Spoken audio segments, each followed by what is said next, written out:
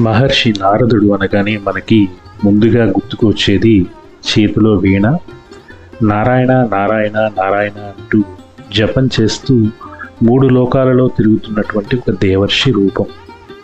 కానీ నారదుడు మొదటి నుంచి అలాంటి మహర్షి కాదు. ఆయన కథ చాలా సాధారణమైన జీవితం నుంచి మొదలవుతుంది. నిజానికి నారదుడి యొక్క జీవితం మనకి ఒక విషయాన్ని సుస్పష్టంగా చెబుతుంది. గొప్పవాళ్ళుగా పుట్టాల్సినటువంటి అవసరం లేదు, గొప్పగా మారడానికి భక్తి సంస్కారం ఉంటే చాలు అని చెప్పి. ఇక నారద మహర్షి యొక్క కథలోకి వెళ్తే, ఆయన యొక్క పూర్వజన్మలో ఒక పేద బ్రాహ్మణ స్త్రీకి పుట్టినటువంటి సాధారణమైనటువంటి చిన్ని బాలుడు.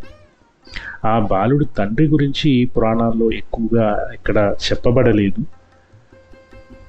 పెద్దగా పేరు ప్రతిష్ట లేనిటువంటి సాధారణమైన కుటుంబంలో ఉన్నటువంటి వ్యక్తిగా ఉన్నారు. అయితే నారదుడు జీవితాన్ని మలుపు తిప్పిన వ్యక్తి మాత్రం ఆయన యొక్క తల్లి. ఆమె చాలా నిరాడంబరంగా జీవించేది. ధన సంపద, హోదా, పేరు ఇవేవి ఆమెకు ముఖ్యం కాదు. ఆమె జీవితంలో ఉన్న ఒకే ఒక్క లక్ష్యం భగవంతునికి సేవ చేయాలి, ధర్మంగా జీవించాలి అన్నది. ఆమె అక్కడ ఉన్నటువంటి ఋషుల యొక్క ఆశ్రమాలలో ఉంటూ అక్కడికి వచ్చేటువంటి మహర్షులందరికీ కూడా చక్కగా సేవ చేసుకుంటూ ఉండేది. దాసిగా ఉండేది అని చెప్పవచ్చు. వాళ్ళకి భోజనం వండి పెట్టడము, నీళ్లు ఇవ్వడము, ఆశ్రమం శుభ్రం చేయడము, ఇలాంటి పనులన్నీ కూడా ఎంతో భక్తి శ్రద్ధలతో చేసేది. తన కుమారుడిని కూడా చిన్నప్పటి నుంచి కూడా అదే వాతావరణంలో పెంచింది. తనతో పాటు ఆ ఋషుల ఆశ్రమానికి తన పిల్లవాడిని కూడా తీసుకుని వెళ్తూ ఉండేది. ఋషులంటే దేవుళ్ళతో సమానం నాన్న అని చెప్పేది. అందుకే ఆ బాలుడు కూడా మహర్షుల్ని, ఋషులను ఎంతో గౌరవంగా చూడడం అలవర్చుకున్నాడు చిన్నప్పటి నుంచి కూడా. ఆ ఆశ్రమంలో మహర్షులు ప్రతిరోజు కూడా శ్రీ మహావిష్ణువు గురించి, నారాయణ యొక్క లీలా విన్యాసాల గురించి మాట్లాడుకుంటూ ఉండేవారు.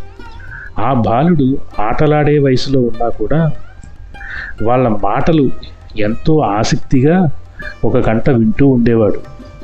అతనికి అప్పుడు పెద్దగా అర్థం కాకపోయినా ఆ మాటలు అతని మనసులో చాలా లోతుగా బలంగా నాటుకున్నాయి. మహర్షులు కూడా ఆ బాలుడి యొక్క వినయం, శ్రద్ధ అన్నీ చూసి అతనిపై ఎంతో ప్రేమ చూపించేవారు. తమ భోజనంలో మిగిలిన ప్రసాదాన్ని అతనికి ఇచ్చేవారు.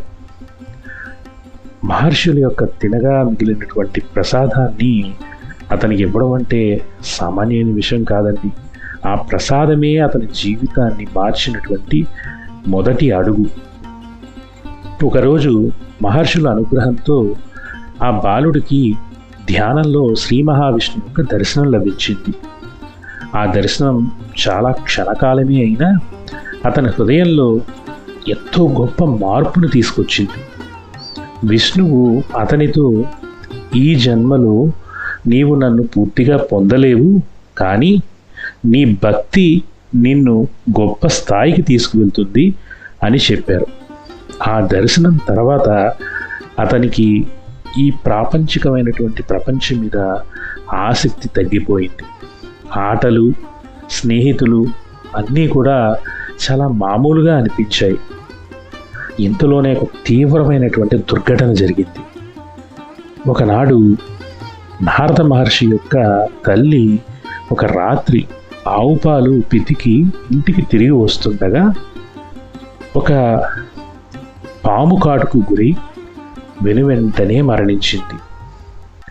ఈ విషాద సంఘటన బాలుడికి చాలా దెబ్బ అయింది. తల్లి ప్రాణాన్ని కోల్పోయినటువంటి ఆ యువ నారదుడు తన జీవితానికి ఈ సంఘటన నిజంగా మార్పును తీసుకొచ్చిందనే చెప్పాలి. ఎందుకంటే ఈ దుఃఖకరమైనటువంటి అనుభవం అతనిని ప్రాపంచిక అనుబంధాల నుంచి దూరంగా చేసి ఆధ్యాత్మిక ప్రయాణం వైపు నడిపించింది. అదే సమయంలో అతనికి లోకబంధాలన్నీ తెగిపోయాయి. తల్లి మరణించిన తర్వాత ఈ ప్రపంచంలో తనకంటూ ఎవరూ లేరన్న భావన అతనిలో బలంగా నెలకొంది. అప్పుడు అతడు అడవులకు వెళ్ళి తపస్సు చేయడం ప్రారంభించాడు. భగవన్నామ స్మరణ చేయడం ప్రారంభించాడు. తల్లిని నేర్పినటువంటి సంస్కారం, మహర్షుల అనుగ్రహం, అలాగే ఆ విష్ణుదేవుని యొక్క దర్శనము, ఇవన్నీ కూడా అతనికి ఆధ్యాత్మిక మార్గంలో స్థిరంగా ఉండేటట్లుగా నిలబెట్టాయి. కాలక్రమంలో ఆ జన్మని చాలించారు. ఆ పూర్వజన్మ ముగిసిన తరువాత అతను బ్రహ్మదేవుని మానస పుత్రుడిగా, దేవర్షి నారదుడిగా జన్మించారు. ఇక ఈ జన్మలో అతను సాధారణమైన మనిషి కాదు. దేవలోకంలో పుట్టి 3 లోకాలలో తిరిగే శక్తిని పొందారు. స్వర్గం, భూలోకం, పాతాళం ఎక్కడికైనా నిర్భయంగా వెళ్ళగలిగే శక్తిని కలిగి ఉండేవారు. ఆయనకి వయసు లేదు, అలసట లేదు, ఎప్పుడూ యువకుడిగానే కనిపించేవారు. నారద మహర్షి తన ఆధ్యాత్మిక సాధనను సంపూర్ణంగా పూర్తి చేసి దేవర్షి స్థాయిని పొందిన తర్వాత శ్రీ మహావిష్ణువు ఆయనపై అనుగ్రహంతో ఒక దివ్య వీణను ఆయనకి బహూకరించారు. ఆ వీణ పేరు మహతి.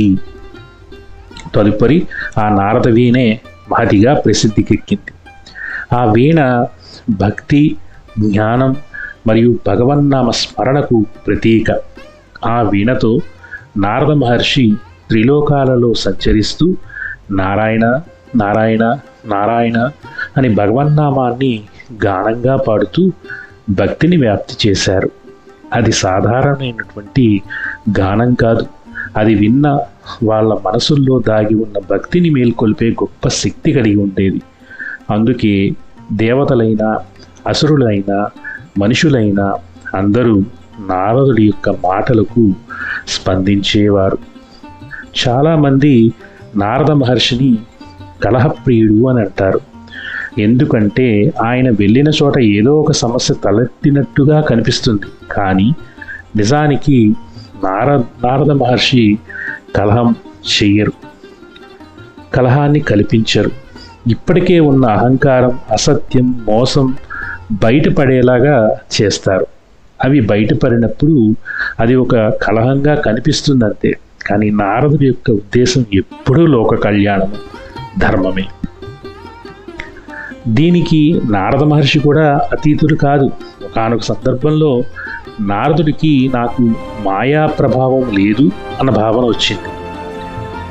అప్పుడు శ్రీ మహావిష్ణువు నారద మహర్షికి ఒక పాఠం నేర్పాలని అనుకున్నారు. క్షణకాలంలోనే అతన్ని గృహస్థ జీవితంలోకి తోయబడ్డారు. పెళ్ళి, కుటుంబము, పిల్లలు, సుఖము, దుఃఖము అన్నీ అనుభవించేలాగా చేసి చివరికి అన్నీ కోల్పోయిన తర్వాత అది కేవలం మాయా అని తెలిసేట్లుగా చేశారు. అప్పుడు నారద మహర్షికి సంపూర్ణమైనటువంటి వినయం వచ్చింది. మాయ ముందు ఎవరూ గొప్పవాళ్ళు కాదు అన్న సత్యం గోచరమైంది. నారద మహర్షి ఎందరికో మార్గదర్శి అయ్యారు. ప్రహ్లాదుడికి భక్తి నేర్పింది నారదుడే. ధ్రువుడికి తపస్సు మార్గం చూపింది నారద మహర్షి. దొంగరత్నాకరుడిగా ఉన్నటువంటి వ్యక్తిని వాల్మీకి మహర్షిగా మార్చింది కూడా నారద మహర్షి. ఆయన ఎవరికీ బలవంతంగా బోధించరు. ఆయన యొక్క మాటలతో, పరిస్థితులతో మనిషినే మార్చివేస్తారు. నారదుడు తన కోసం ముక్తిని కోరుకోలేదు. లోకంలో తిరుగుతూ భగవంతుని యొక్క సంకల్పం నెరవేర్చడమే తన పని అని భావించారు. అందుకే ఆయన కథ ఒక కాలానికి పరిమితం కాదు. నారదుడు ఎప్పుడూ ఉంటారు. ఎక్కడ భక్తి ఉందో అక్కడ నారద మహర్షి యొక్క అడుగుల శబ్దం వినిపిస్తూ ఉంటుంది. అందుకే నారద మహర్షి కథ మనకి ఒక విషయం చెప్తుంది.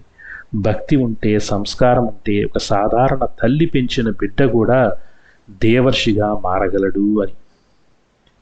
స్వస్తి.